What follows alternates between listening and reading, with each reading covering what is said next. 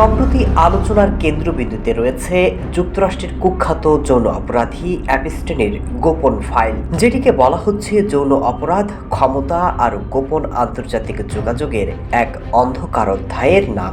সেই অ্যাপস্টাইনের ফাইলে পাওয়া গেল এবার বাংলাদেশের সাবেক প্রধানমন্ত্রী শেখ হাসিনার নাম।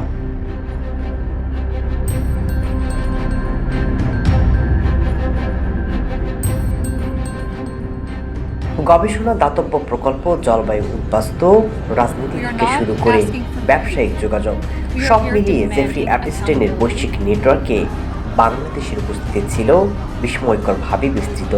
একটি ইমেইলে বলা হয়, একটি বৈঠকের সময়সূচি পিছিয়ে দেওয়া হয়েছে কারণ নরওয়ের সাবেক প্রধানমন্ত্রী তখন বাংলাদেশের তৎকালীন প্রধানমন্ত্রী শেখ হাসিনার সাথে বৈঠকে ছিলেন।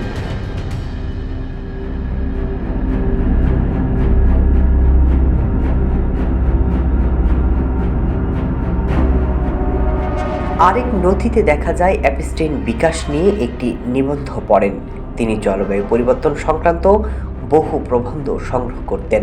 আশ্চর্যের বিষয় হলো, একজন নরওয়েজিয়ান কূটনৈতিক অ্যাপস্টাইনকে নিয়মিতভাবে বিভিন্ন প্রবন্ধ পাঠাতেন।